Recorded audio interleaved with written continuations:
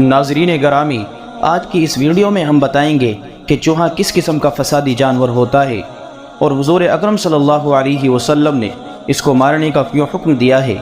اور اس کا شیطان کے ساتھ کیا تعلق ہے، اور حضور اکرم صلی اللہ علیہ وسلم نے یہ کیوں ارشاد فرمایا کہ اپنا چراغ یا دیا بجھا دیا کرو، اور یہ کس قوم کی بدلی ہوئی شکل میں ہے، اور اس کا جھوٹا کھانے سے کون سی بیماری پیدا ہوتی ہے، اور ایسا کون سا طریقہ ہے جس سے ہم چوہوں کو ختم کر سکتے ہیں یا اپنے گھروں سے ان کو بھگا سکتے ہیں،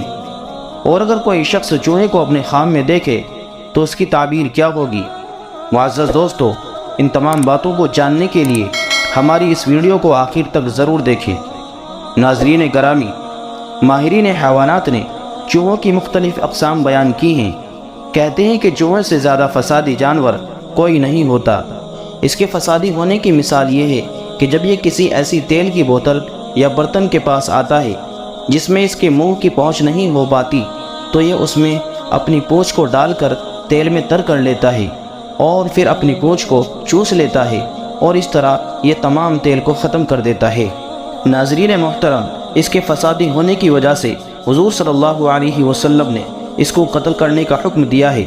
خواہ آپ احرام کی حالت میں حرم شریف میں ہو یا آپ احرام کے بغیر، یعنی ہر حالت میں حضور صلی اللہ علیہ وسلم نے اس کو قتل کرنے کا حکم دیا ہے۔ اور اس کے علاوہ حضور اکرم صلی اللہ علیہ وسلم نے سانپ اور بچھو وغیرہ کو بھی قتل کرنے کا حکم دیا ہے، کیونکہ جس طرح چوہا فاسق اور فسادی جانور ہوتا ہے، اسی طرح سانپ اور بچھو وغیرہ بھی فسادی جانور ہوتے ہیں۔ اور اس کے فسادی ہونے کی ایک وجہ یہ ہے کہ اس نے حضرت نوح علیہ السلام کی کشتی کی رسی کاٹ دی تھی۔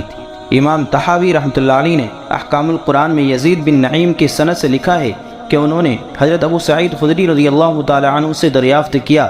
کہ چوہے کو فاسق کیوں کہا جاتا ہے۔ انہوں نے جواب دیا کہ ایک رات حضور صلی اللہ علیہ وسلم نیند سے بیدار ہوئے تو دیکھا کہ چوہوں نے آپ صلی اللہ علیہ وسلم کے گھر میں آگ لگانے کے لیے چراغ کی بتی اٹھا رکھی ہے۔ آپ صلی اللہ علیہ وسلم نے اس کو اٹھا کر مار ڈالا، اور یہ حرم کے اندر ہو یا حرم سے باہر ہو،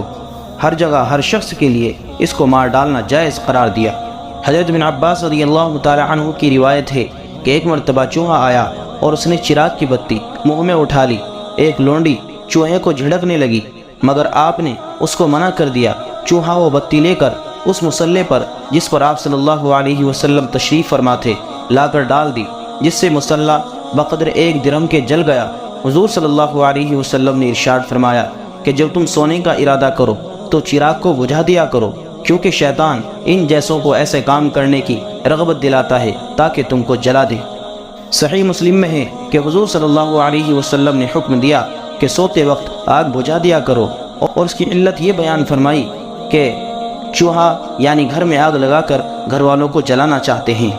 حضرت بن عباس رضی اللہ تعالی عنہ فرماتے ہیں کہ حضرت نوح علیہ السلام نے 2 سال میں اپنی کشتی کو تیار فرمایا، اور اس کشتی کا طول 300 ہاتھ کے بقدر اور عرض 50 ہاتھ اور بلندی 30 ہاتھ تھی۔ یہ کشتی ساج کی لکڑی سے بنائی گئی تھی، اور اس میں آپ نے 3 منزلیں بنائی تھی۔ نیچے کی منزل میں جنگلی جانور اور درندے اور حشرات الارض کو رکھا گیا تھا، اور درمیانی منزل میں سواری کے جانور اور چوپائے تھے، اور اوپر والے حصے میں حضرت نوح علیہ السلام اور اپنے متبعین اور سامان ضرورت کے ساتھ تشریف فرما تھے۔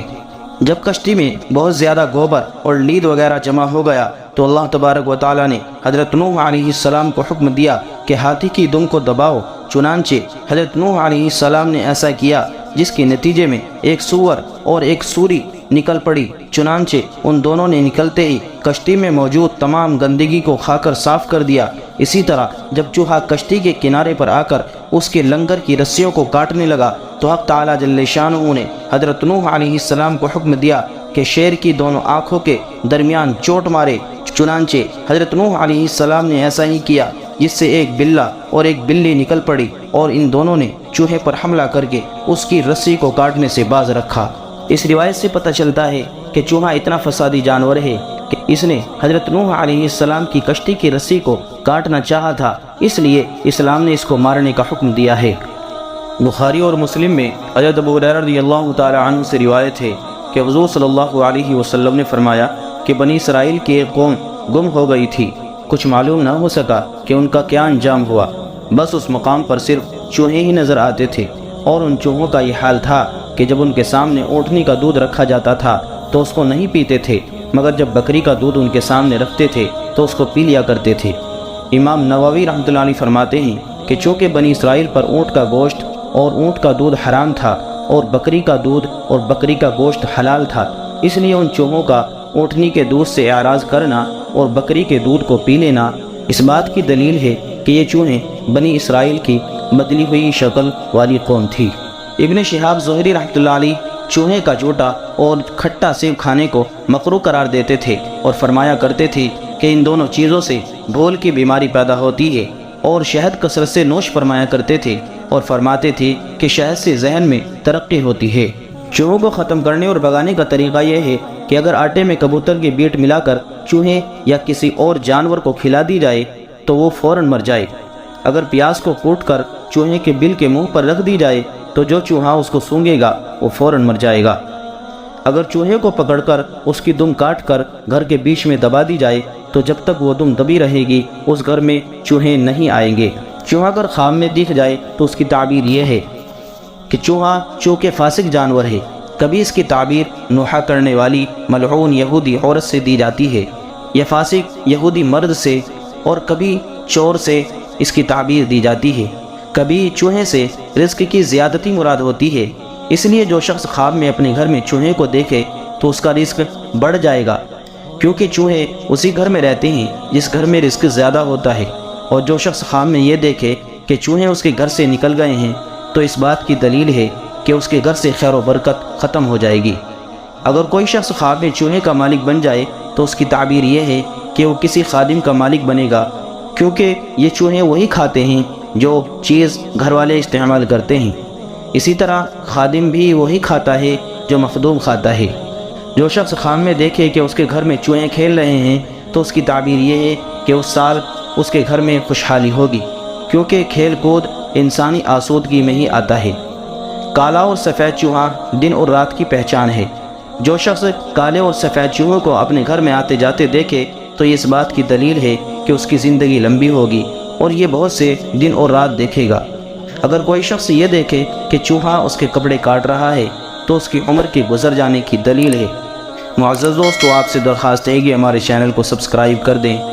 اور بیل آئیکن کو بھی دبا دیں۔ جزاک اللہ، شکریہ۔